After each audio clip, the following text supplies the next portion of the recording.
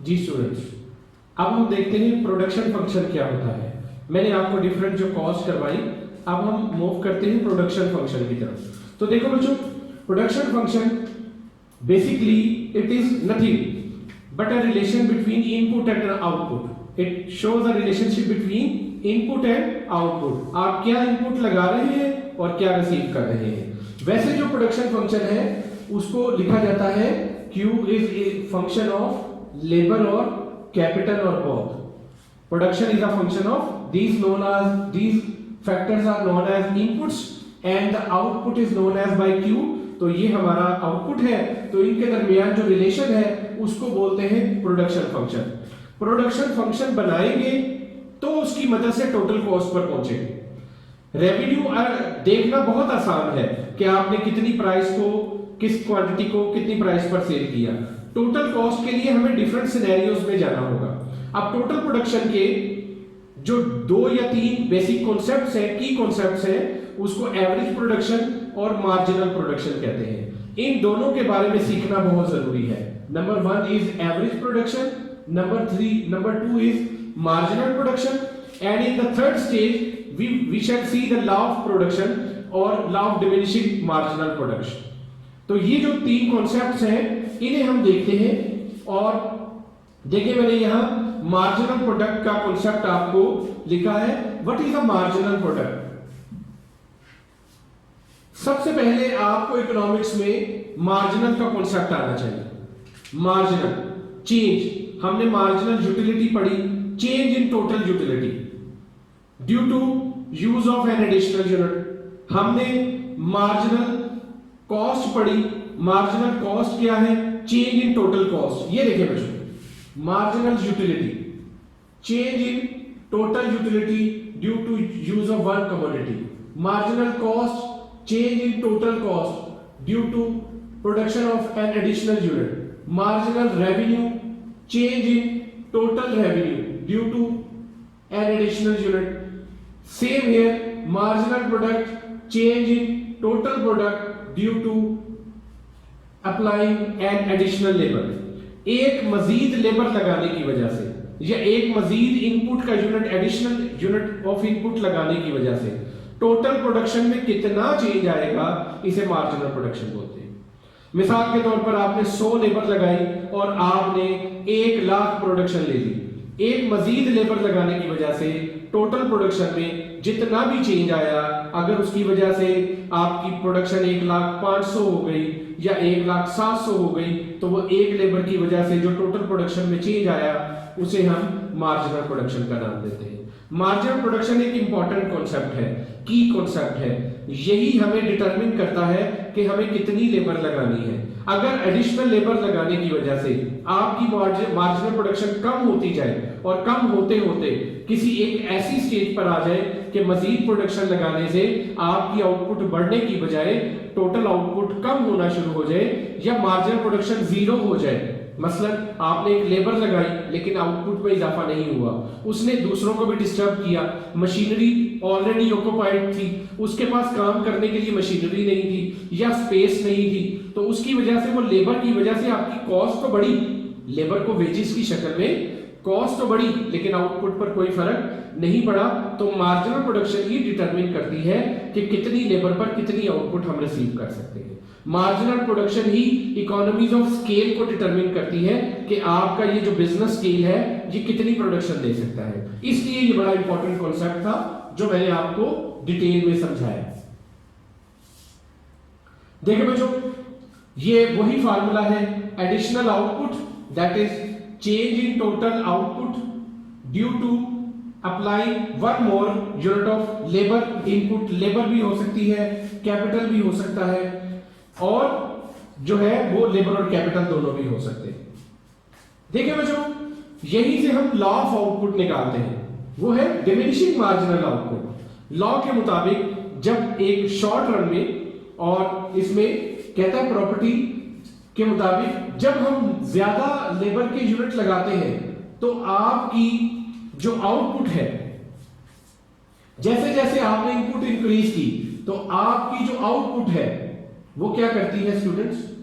Decline करती है, diminish करती है। मार्जिनल आउटपुट जो है या मार्जिनल एफिशिएंसी ऑफ लेबर है वो पहले से क्या होती है, कम होती है, जिसकी वजह से ये डिमिनिशिंग मार्जिनल प्रोडक्ट का कॉन्सेप्ट निकलता है। लेकिन ये कुछ बिजनेसेस पर, कुछ फर्म्स पर एप्लीकेबल है। इसके अलावा भी दो और कॉन्सेप्ट हैं डिमिनिशिंग के साथ। कांस्टेंट मार्जिनल प्रोडक्ट भी होती है, इंक्रीजिंग मार्जिनल प्रोडक्ट भी होती है। न्यू बिजनेस पर सम टाइम पहले इंक्रीजिंग मार्जिनल प्रोडक्ट का रूल लगता है, बास पर कांस्टेंट, यानी हर अगली लेबर पिछली लेबर के बराबर प्रोडक्शन देती है। लेकिन जो रूल एप्लीकेबल होता है सबसे ज्यादा वो डिमिनिशिंग मार्जिनल प्रोडक्ट का होता है। कहता है as more and more workers are hired, each additional worker contributes less and less to production because the firm has a limited amount of equipment। 4 मशीनें थी, आपने 5 लेबर लगा दिए, 5वें लेबर को टाइम तब मिलेगा जब 4 में से कोई फ्री होगा। उसकी वजह से आपकी ओवरऑल जो आउटपुट है वो तो बढ़ेगी, लेकिन जो 5 वर्कर्स की एवरेज प्रोडक्शन है उसमें क्या आती जाएगी, कमी आती जाएगी। तो इसे बोलते हैं मार्जिनल प्रोडक्ट का कॉन्सेप्ट। तो बच्चों इसके बाद यही डिटरमिन करेगा मार्जिनल प्रोडक्ट की स्लोप को, और हम यहाँ एक टेबल बनाते हैं और ये टेबल बहुत इंपॉर्टेंट है।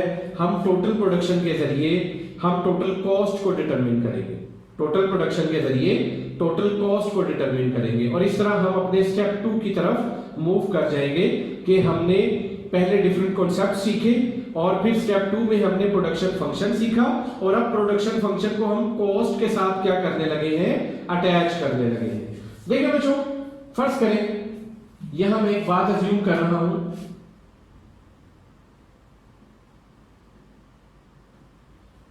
कि पर आवर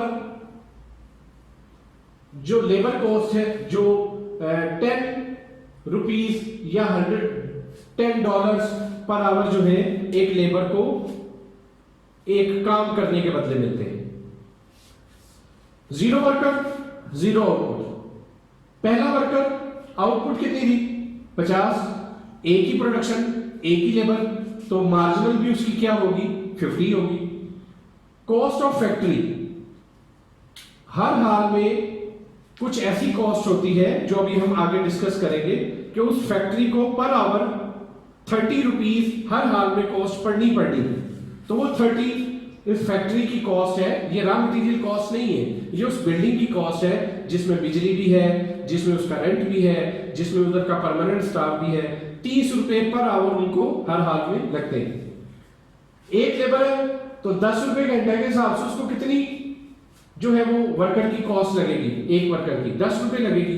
टोटल कॉस्ट कितनी होगी, 30 + 10। इसका मतलब ये हुआ कि एक प्रोडक्शन करने पर इस बिजनेस को जो टोटल कॉस्ट बियर करना पड़ती है वो 40 करना पड़ती है। और अगर 2 लेबर रखेंगे तो कितनी पर आवर कॉस्ट लगाएंगे, 20, और फैक्ट्री की कॉस्ट कितनी है, 30। 20 और 30 मिलेगा तो कितना हो जाएगा, 50। Same way 60, 70 and 80। तो देखो बच्चों, एक तरफ तो हमने यहां टोटल कॉस्ट का कॉन्सेप्ट सीखा, अब दूसरी तरफ मार्जिनल प्रोडक्ट का कॉन्सेप्ट देखें। जब एक लेबर थी तो आउटपुट कितना मिली, 50। 2 लेबर मिली तो आपने यहां वैल्यू क्या लिखनी है ये बहुत डिटरमिन करनी है। यहां आप 2 लेबर पर 100 नहीं लिख सकते। अभी आपने लॉ पढ़ा है डिमिनिशिंग मार्जिनल प्रोडक्शन, हर अगले लेबर की आउटपुट पहले लेबर से कम होती है। पहले लेबर ने कितनी प्रोडक्शन करके दी, 50, दूसरा लेबर 50 से कम करेगा, फर्ज करें 40 कर दे, तो 50 और 40 मिलकर कितना हो गया, 90। ये देखिए मार्जिनल प्रोडक्शन 90 - 50, जब माइनस करेंगे तो कितनी वैल्यू निकली। अब जो थर्ड लेबर है वो 40 से भी कम प्रोडक्शन करके देगा, लेट करें 30 है तो 90 में 30 ऐड करें कितना हो गया, 120। आप यहां 130 नहीं लिख सकते। अगर आपने यहां 130 लिख दिया तो हर अगली लेबर पिछली लेबर के बराबर प्रोडक्शन दे रहा है, आपने उससे कम प्रोडक्शन शो करनी है। तो जब आपने 120 लिखा तो जब इन दोनों की तरफ से आपने देखा इस तरह आपने मार्जिनल प्रोडक्शन भी निकाल दी, आपने कॉस्ट ऑफ फैक्ट्री लिखी, ये आपने अज्यूम की है। एक लेबर की कॉस्ट आपने ये लिखी 10, तो 2 की 20, 3 की 30, 4 की 40, 5 की 50, और आपने एक्चुअली प्रोडक्शन फंक्शन को किसके साथ लिंक कर दिया, टोटल कॉस्ट के साथ लिंक कर दिया। तो देखो बेटो, टोटल कॉस्ट लेबर के बढ़ने के साथ बढ़ती जा रही है, बढ़ी। आउटपुट लेबर के बढ़ने के साथ बढ़ती जा रही है और टोटल कॉस्ट भी आपकी बढ़ती जा रही है। इसका मतलब है आउटपुट भी बढ़ेगी और कॉस्ट भी बढ़ेगी। तो ये दो डिफरेंट कॉन्सेप्ट हमने आगे दो जो एक्सप्लेनेशन है ग्राफ में उसमें रिप्रेजेंट किए हैं। ये देखें प्रोडक्शन फंक्शन, ये वही वैल्यूज को लिया मैंने नंबर ऑफ वर्कर और यहां पर जो वैल्यूज 150 तक थी वो मेंशन कर दी 10 से लेकर 150।